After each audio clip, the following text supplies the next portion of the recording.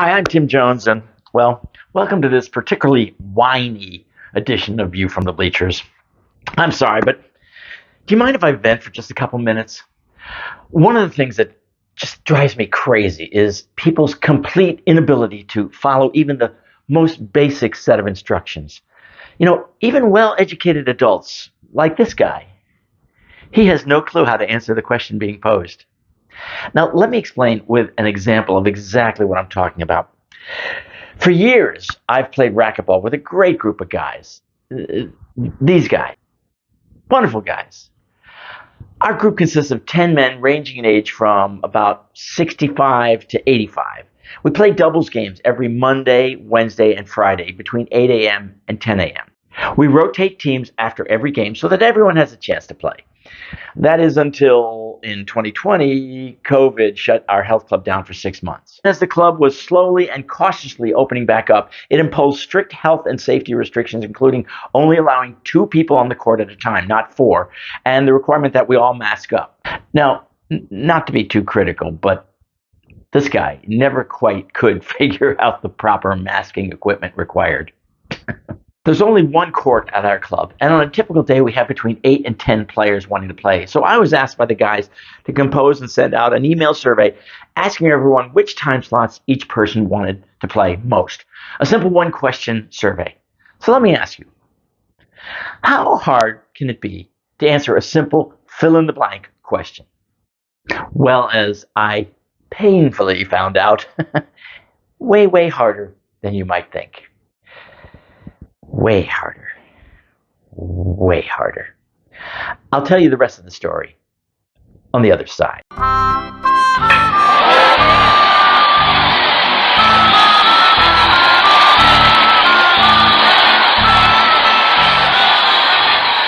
Welcome back. So as I was saying, my racquetball buddies asked me to send out a survey asking everyone which time slots they most preferred to play, given that we were going to have to limit play to just 2 people at a time instead of 4. And we had 10 guys in our group. Easy peasy, right? Wrong. So here's the one-question survey that I sent out in an email to the other guys. It reads as follows. Hey, everybody. The club is reopening for limited racquetball play. Because of the limit of only 2 players on the court at one time, we want to avoid having us all show up at the exact same time. Understand? It's really a simple survey. Just look at the 6 time slots available. And all you need to do is email me back with your preferred time slots to play from first choice to 6th choice. That's it. You know what? To make it even easier, I've provided this simple pre-filled example grid to show you how to respond. Just rank your preferred time slots from 1 for your top choice to 6 for your last choice. See? Could it be any simpler, guys? I don't think so. Signed, Tim. That's it. That's all I asked them to do. Fill in 6 boxes with the numbers 1 to 6, indicating their first to 6th preference. Well, I heard nothing back for a day. But then slowly, the responses came back. Like this response from Ray. Ray said, yes to all. Ray, not sure what to do with your response, yes to all. Can you just fill out the survey with 1 for your top choice and 6 for your least preferred time slot? Then I got a reply from Ned. Ned's reply. Ned, it appears you just copied and pasted my example grid and sent it back to me. Can you replace my example set of numbers with your own preferred times? Thanks, buddy. A couple hours later, I got a reply from George. George's reply, Monday 1, Wednesday 1, Friday 1. Okay. Thanks, George, for replying so quickly. But you can't make all your choices 1s. Please stack rank the 6 time slots from 1 to 6. If this is still not clear, just call me, okay? You have my phone number, right, George? Then Corey chimed in with this most helpful reply. Corey replied, Tuesdays work best for me. I could also do Saturdays. Sorry I was not clearer in my email, Corey. Tuesdays and Saturdays weren't actually options. That's my fault for not making this clearer. But quick question, buddy. Have we ever played on Tuesdays or Saturdays? I mean, like, ever? If you slow down and reread my simple instructions, you'll see there are 6 time slots to choose from: 2 on Monday, 2 on Wednesday, and 2 on Friday. Okay, buddy? Try again. Thanks a lot, Corey. Then Ned came back with an updated reply.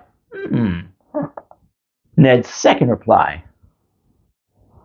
Oh, sorry about my confusion. Here you go.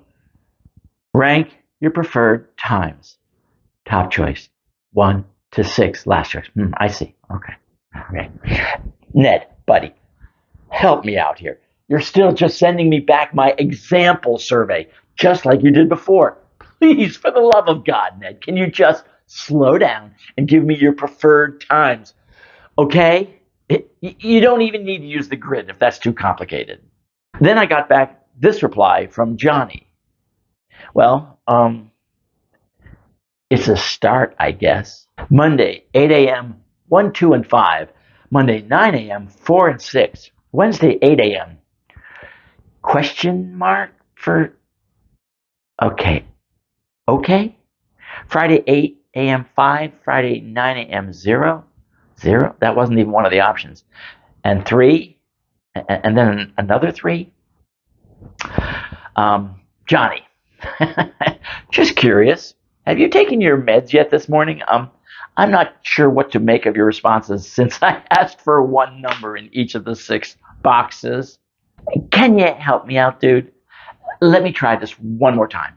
I'm looking for one number, 1 to 6, in each box. Got it? 1 to 6.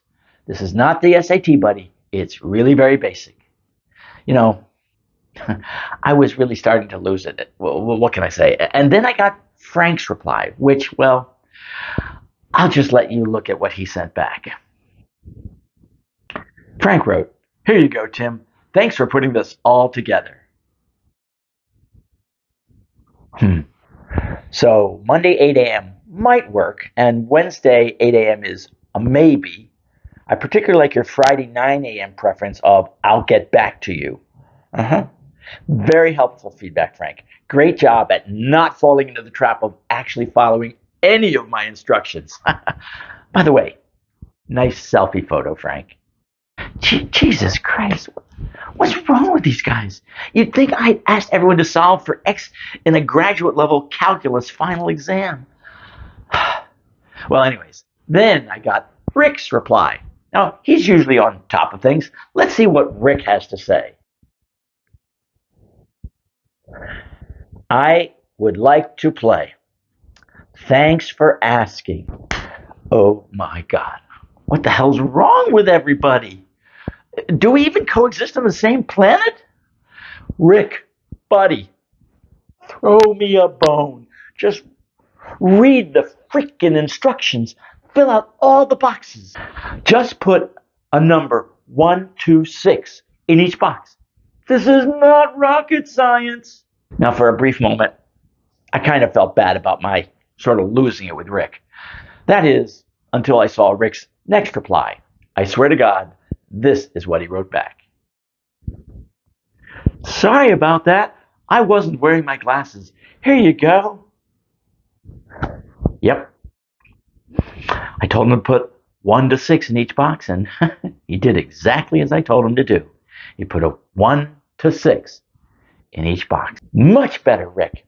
Mission accomplished, pal. You know, given how much effort you clearly put into my 1-question, 15-second survey, I think it might be time for your nap. Then I perked up when I saw that Ned finally came back with a 3rd attempt at answering my question. You know what they say? 3rd time's a charm, right? Ned wrote back, "How about now? Better?"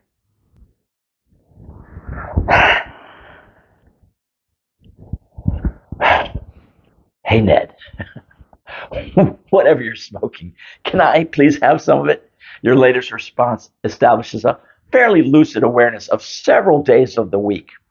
However, I'm going to have to ding you 5 points for your final answer for Friday's response boxes. Technically, banana is not a day of the week. You know what? I'll send you a copy of our home game just for playing. Now, go have a donut. You've clearly earned it. It was not long after that when I got a reply from Norman, who, to be honest, almost never reads his email, let alone checks his voicemail. But he actually wrote back this. Tim, when you say rank our preferences from 1 to 6, with 1 being our top pick and 6 being our least preferred pick, do I win anything if I guess all the correct answers?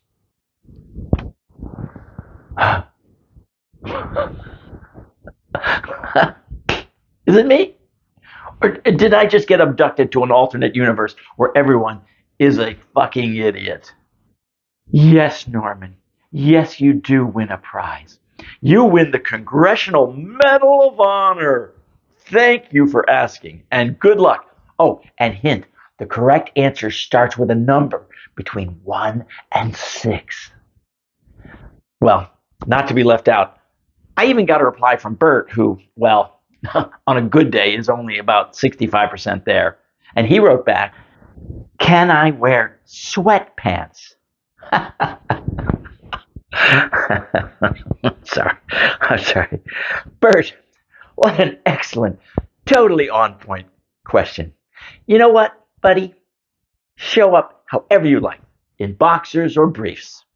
Wearing your favorite tuxedo if you like. Heck, maybe even one of your favorite Batman costumes. I really don't care. Sorry for taking you away from watching Judge Judy. So, that's how my group of lovable knuckleheads attempted to reply to my extremely complicated 1-question survey. You know, I finally wrapped up the whole thing by writing the group one final follow-up email. I wrote, you guys are all killing me. Just read the instructions. As I stated in plain English, which apparently is a second language for most of you, I just wanted you to list your preferences ranked from 1 to 6. How is this so hard to comprehend? You know what?